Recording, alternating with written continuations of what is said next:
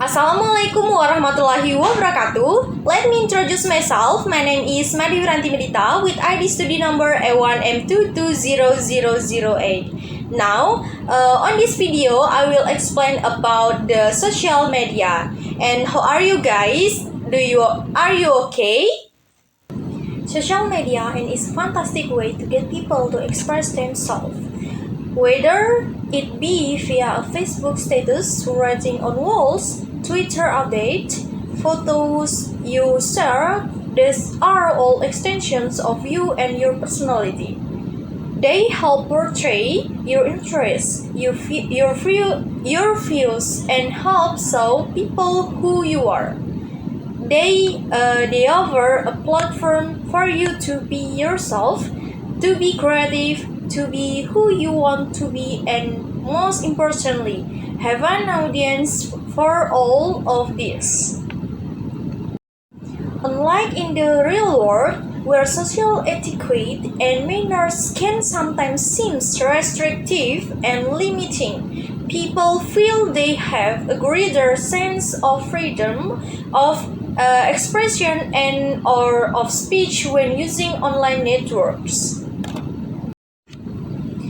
Of course, content is monitored and can be removed, but with millions of users on sites such as Facebook and Twitter, even YouTube, not every single status, photo, or comment can be watched, evaluated, and complete controlled. This has arguably lead to a rise in expressions, feelings, and ideas from people who might otherwise find it hard to portray themselves how they would like in person and face-to-face with others. Essentially, social media has changed the way we are able to communicate and behave, not only in groups and society, but with each other.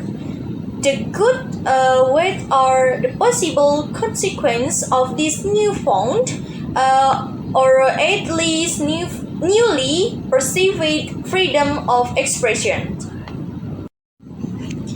For people who find it difficult to interact with others in person, the internet gives them a great way to communicating and not having to feel self-conscious and or nervous.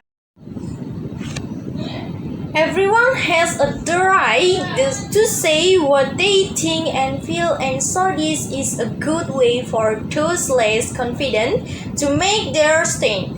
It provides a level playing field, if you like.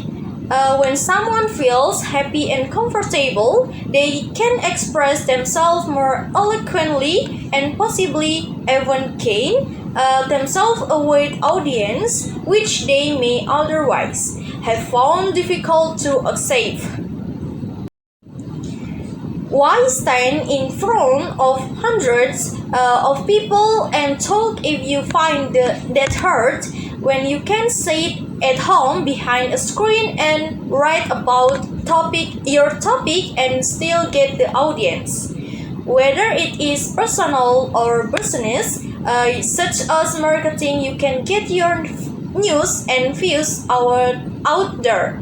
Arguably, it is just us, or even more effective than a conference room. The power of the retweet or like buttons should not be scowled at. This means that the story or a view of a side individual can reach a large audience than it might if they were stood up in front if you making this type of media particularly effective. Social media can help you be yourself and invoke confidence to those who need it. This is because you are not having to face personal and intimate criticism, or nervous because you do not have to see anyone who may be critical about you. written comments can inspire a healthy debate as you have time to encompass yourself.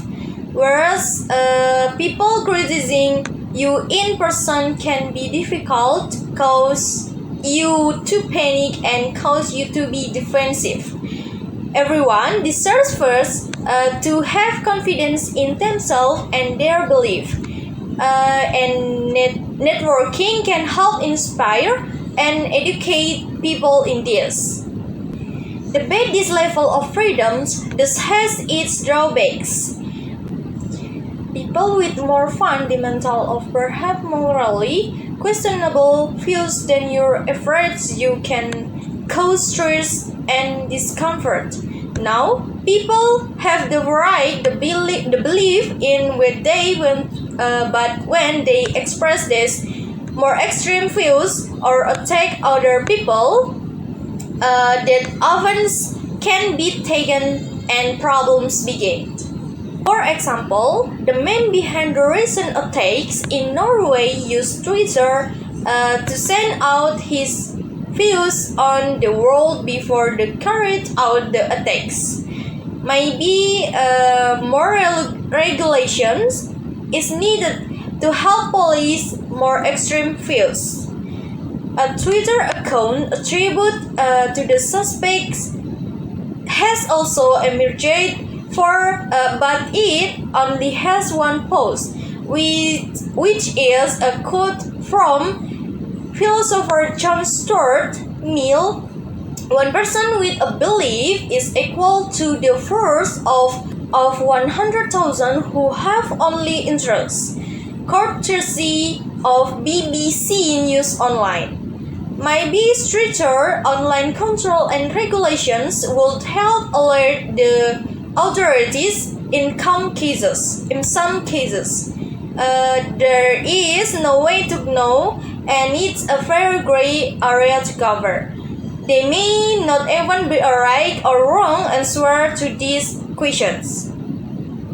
On a personal aspect, social media can be used for internet bullying and victimizing.